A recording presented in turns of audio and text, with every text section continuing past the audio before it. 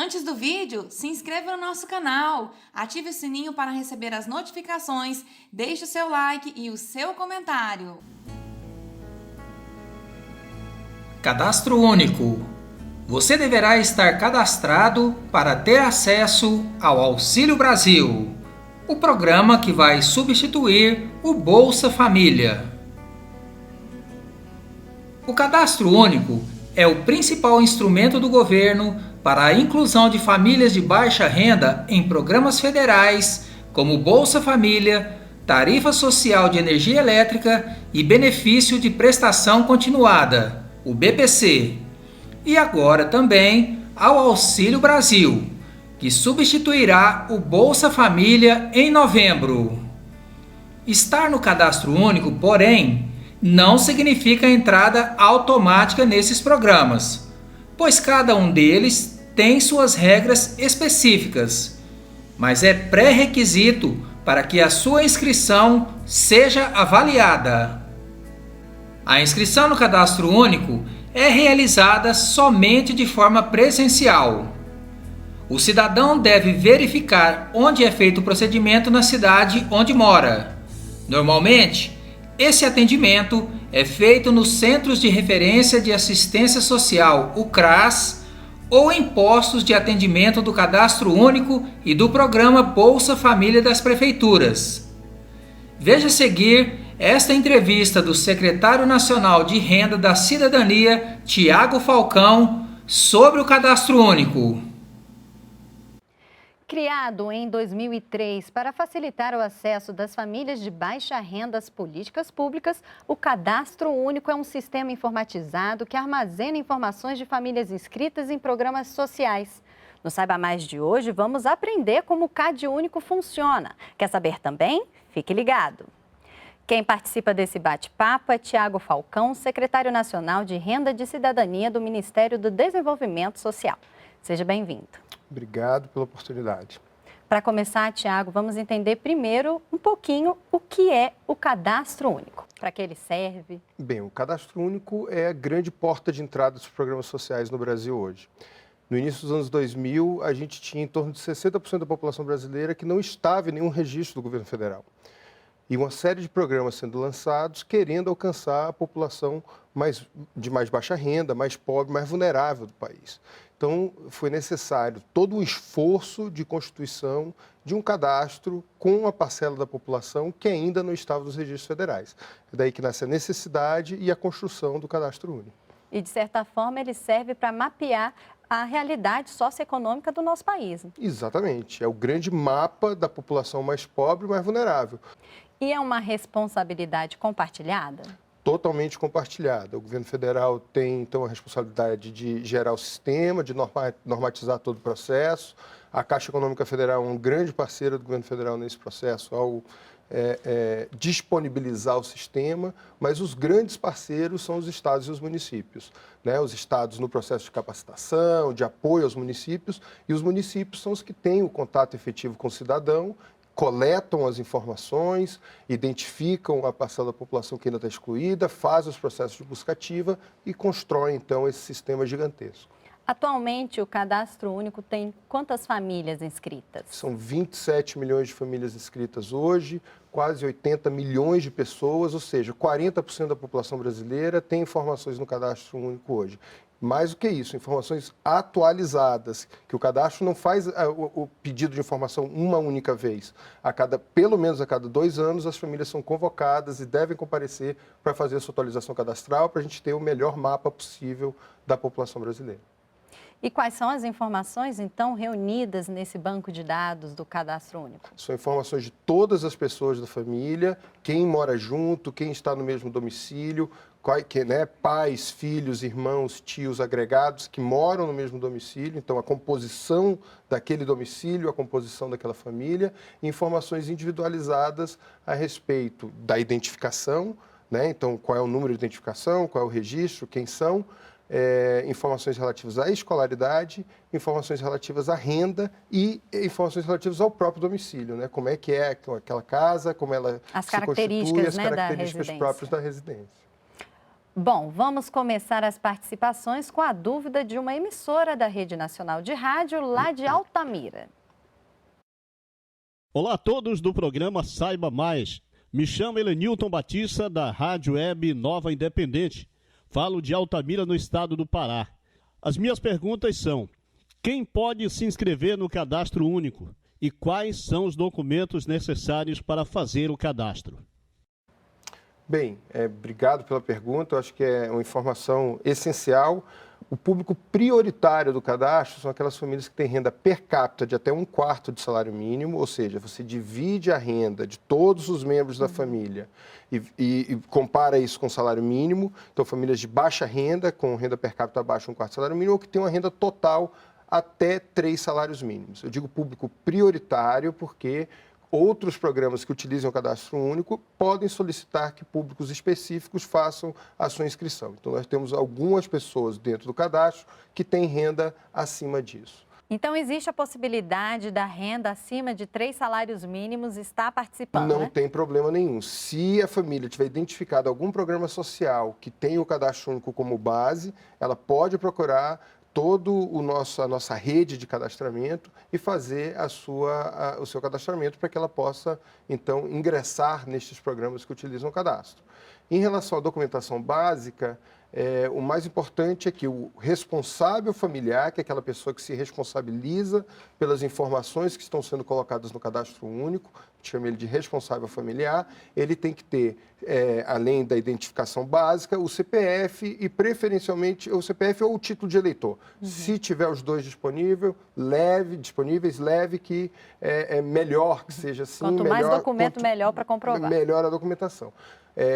Em relação aos demais membros da família, é importante levar algum registro de identificação. Se tiverem CPF, levem o CPF também, que é importante ter a caracterização do CPF, que é o número federal, né? E, além disso, informações relativas ao local do domicílio e a constituição da sua renda. Se tiver a carteira de trabalho, leve carteira de trabalho, mas não é obrigatório. Se tiver o registro de algum comprovante de residência, leve o comprovante de residência, apesar de não ser obrigatório. Mas quanto mais documentação tiver, melhor para a gente ter um cadastro mais completo. Na questão da documentação, em caso de indígenas, eles também têm que levar uma documentação específica? Os indígenas têm um registro específico dado pela FUNAI, que eles podem utilizar como base do cadastro único. Então, não existe problema em relação a isso. E mesmo aquela pessoa que não tem a documentação ou não tem o CPF, pode procurar o cadastro único, ter as informações básicas registradas e vai ter um período para poder complementar isso mais à frente. A própria rede de assistência, que é a grande responsável pelo cadastro único, vai ajudar esta família a procurar a sua documentação e, portanto, ajudá-la a se inserir dentro das ações sociais. Você falou aqui do responsável pela unidade familiar. Qual que é o perfil dele?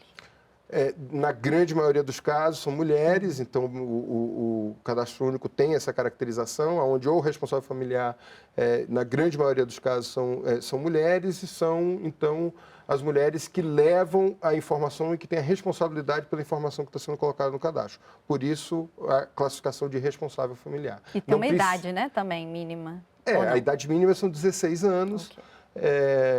Dado o nível de responsabilidade que essa pessoa tem em relação às informações. Não precisa ser, diferente de outros elementos, a pessoa que recebe mais da família, ou que tem um salário, ou que tem algum rendimento.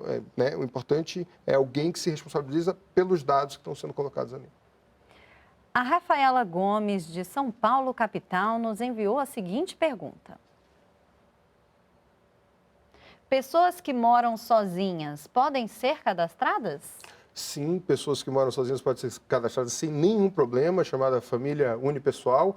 População de rua pode ser cadastrada sem nenhum problema, desde que apresente alguma referência, seja da instituição da assistência social, onde ela está vinculada, mas pode ser também a igreja de quem recebe assistência, enfim, tem que ter alguma referência de endereço, né, para que a gente possa localizar essa pessoa em caso de necessidade. Mas o cadastro foi adaptado para atender a todas as formas e organizações de família que o país tem hoje.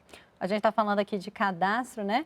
como se cadastrar, em que posto? Existe a possibilidade, talvez, de um cadastramento domiciliar? Sim, muitos municípios realizam a entrevista domiciliar, vão até as casas e fazem a coleta da informação no domicílio. Não existe nenhum problema em relação a isso. A grande maioria dos municípios tem as suas áreas de cadastramento, normalmente no Centro de Referência da Assistência Social ou áreas, estandes próprios de cadastramento distribuídos nas mais diversas áreas do município. Até mesmo as secretarias municipais podem estar fazendo esse A atendimento? própria né? Secretaria Municipal de Assistência Social, em muitos municípios, faz esse atendimento. Lembrando que o acesso aos benefícios não é dado de forma imediata, né? Tem gente que vai lá, faz o cadastro e já pensa que pode ter acesso aos benefícios. Tem um período de averiguação. Isso é muito importante. As informações do Cadastro Único, elas são todas autodeclaradas. E não podia ser diferente, dada a dificuldade que essas famílias têm de comprovar, principalmente, os seus rendimentos. Então, se a gente exigisse comprovante de rendimento, muitas famílias seriam excluídas dos programas sociais por conta disso. Então, o cadastro tem o princípio da autodeclaração.